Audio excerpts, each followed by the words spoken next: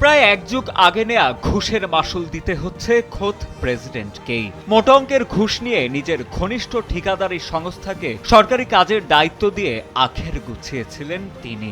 ক্ষমতায় থাকাবস্থায় শাক দিয়ে মাছ ঢাকার চেষ্টা করলেও শেষমেশ আইনের কাছে ধরাশায়ী দুর্নীতিগ্রস্ত এই প্রাক্তন রাষ্ট্রপ্রধান। আইন যে সবার ঊর্ধ্বে তা আবারও প্রমাণিত হল পেরুর বিশেষ এক ক্রিমিনাল কোর্টে।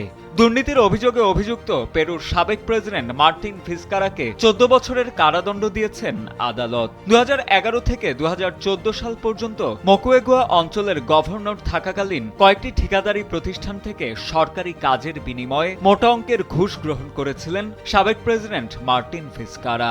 আদালত এই অভিযোগটিকে জনপ্রশাসনের বিরুদ্ধে অপরাধ বলে চিহ্নিত করে তাকে দোষী সাব্যস্ত করেছেন। এটা কোনো রকম রাজনৈতিক প্রতিহিংসা না, আমরা কেবল নিরপেক্ষভাবে কাজ করি। যেসব বড় কর্মকর্তা অপরাধ করেছেন তাদের বিচার করি এবং সাজা নিশ্চিত করি। এই মামলাটি আমাদের বিশেষ দলের জন্য তৃতীয় প্রাক্তন প্রেসিডেন্ট যাকে এত বড় কারাদণ্ড দেওয়া সম্ভব হলো। 27 নভেম্বর পেরুর national superior court of specialised criminal জাস্টিসের চতুর্থ কলেজিয়েট ক্রিমিনাল কোর্টে উপস্থিত হন অভিযুক্ত সাবেক প্রেসিডেন্ট মার্টিন ভিসকারা। বিশেষ এই কোর্টের প্রেসিডেন্ট ফের্নান্দা আয়াস্তা রায় ঘোষণা করে জানান, এই 14 বছরের সাজা ন্যাশনাল পেন্টেনশিয়ারি ইনস্টিটিউট নির্ধারিত সংশোধনাগারে কার্যকর হবে। এছাড়া কারাদণ্ডের পাশাপাশি সরকারি পদে থাকার বিষয়ে 9 বছরের নিষেধাজ্ঞাও দেয়া হয়েছে তাকে। আদালতের বাইরে ঘোষণার পরপরই দেখা যায় চরম উত্তেজনা। ভিসকারার সমর্থকরা এই রায়কে অবিচার আখ্যা দিয়ে প্রতিবাদে ফেটে পড়েন। সমর্থকদের দাবি, কোনো প্রমাণ ছাড়াই তাকে বন্দী করা হয়েছে। মাফিয়াদের বিরুদ্ধে দাঁড়ানো এই নেতাই আজ কারাবন্দী। অন্যদিকে ভিসকারার বিরোধীদের আদালতের বাইরে উল্লাস প্রকাশ করতেও দেখা গেছে।